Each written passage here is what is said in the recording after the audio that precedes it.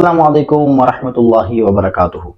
محترمو، ډیر خلک داسې وي چې هغوی د قرآن مجید حدر نه پیژني او هغوی چې کله د حدر تلاوت کوي، یعنی مطلب چې کله په عام ترتیب سره د قرآن مجید تلاوت کوي، په حدر لهجه کې د هغې تلاوت کوي، نو هغه په صحیح طریقې سره نشي کولی یا هغوی ته د هغې معلومات نه وي. په دې باندې موږ مستقل ویډیو هم جوړه کړې ده. ډېر مخکې موږ په دې باندې یو ویډیو جوړه کړې ده. که چېرته تاسو هغه نه وي کتلی نو زموږ چینل طرف ته وزټ وکړئ او هغه وګورئ. تاسو ته به د حدر او دغه شان د ترتیل او دغه شان د مشق تعریفات په هغې کې میلاو شي. محترمو، نن به موږ د حدر لږ تلاوت کوو.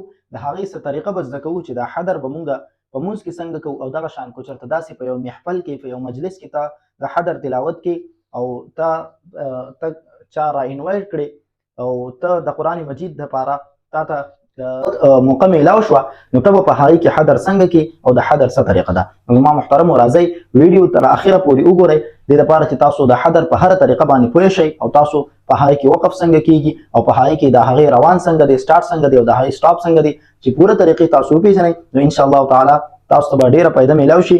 نو ویډیو تر اخره پورې وګورئ، ویډیو سکیپ کوئ مه، ځکه چې تاسو ته په دې کې ډېره قیمتي مواد میلاویږي او ډېره قیمتي خبره په دې کې تاسو ته موږ بیانو. په دې کې مین خبره د وقف ده چې وقف په دې کې څنګه کوي او دغه شان د هغې نه د وقف نه بیا روانګي څنګه کوي. محترمو، که چېرته تاسو په مونځ کې هم یې نو دا طریقه کولی شئ، که د مونځ نه علاوه هم تاسو تلاوت کوئ حدر کې کوئ، نو د هغې دپاره هم دا ډېره ایزي طریقه ده، بلکې د حدر دپاره دا یو لازمي صورت دی او یو لازمي طریقه ده. نو راځئ زموږ سره ویډیو تر پایه وګورئ چې تاسو په دې باندې پوره پوه شئ. أعوذ بالله من الشيطان الرجيم. بسم الله الرحمن الرحيم.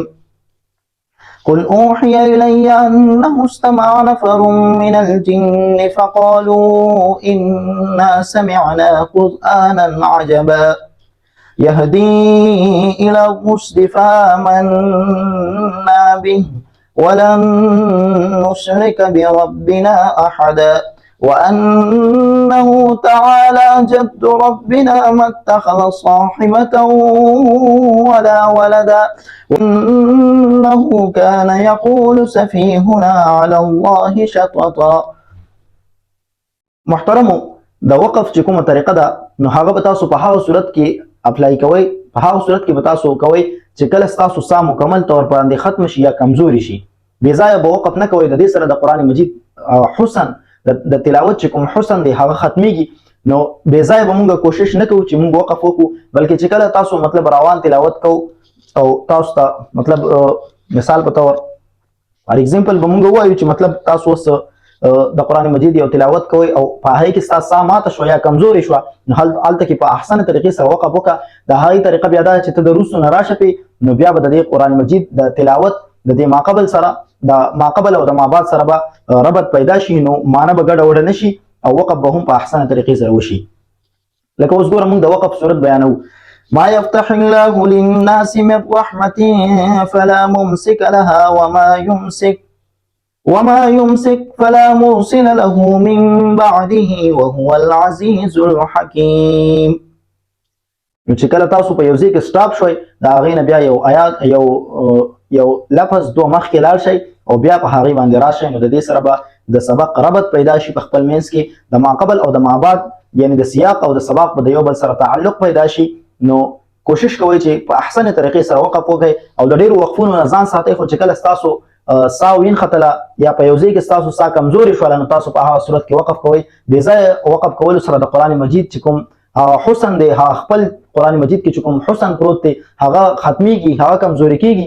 نو داسې طریقه اختیار کو چې موږ د قرآن مجید حسن زیات کو او هغه کم نه کو. نو لرم چې انشاءالله تاسو ته به زموږ دا ویډیو ډېره هیلپفل ثابت شوي به وي او انشاءالله که چېرته تاسو تجوید زده کول غواړئ نو تاسو زموږ سره په واتساپ باندې هم رابطه کولی شئ. موږ به انشاءالله تعالی ستاسو بھرپور رهنمایي کوو او تاسو زموږ ویډیوګانو طرف ته هم تګ کولی شئ. انشاءالله په هغې کې داسې ویډیوز موجود دي چې ډېرې قیمتي مواد پکې موږ بیان کړي دي. ډېر د مطالعې نه پس او د ډېرې اوږدې مطالعې نه پس او د سټډي نه پس موږ هغه مواد راجمع کړي دي او موږ تاسو ته بیان کړي دي. نو کوشش کوئ چې که چېرته تاسو د خپل قرآن مجید د تلاوت په باره کې فکر لرئ او تاسو دا غواړئ چې زموږ تلاوت یې صحیح شي، د هغې دپاره زموږ چینل هم سبسکرایب کړئ، د خپل مرګرو سره هم شیر کړئ او ان شاء الله تعالی په دې باندې به تاسو ته ثواب هم ملاويږي. نو په دې سره مختصرو کلماتو سره تاسو نه اجازه غواړم، ان شاء الله تعالی پر روانه ویډیو کې به ملاويږو. السلام علیکم ورحمت الله وبرکاته.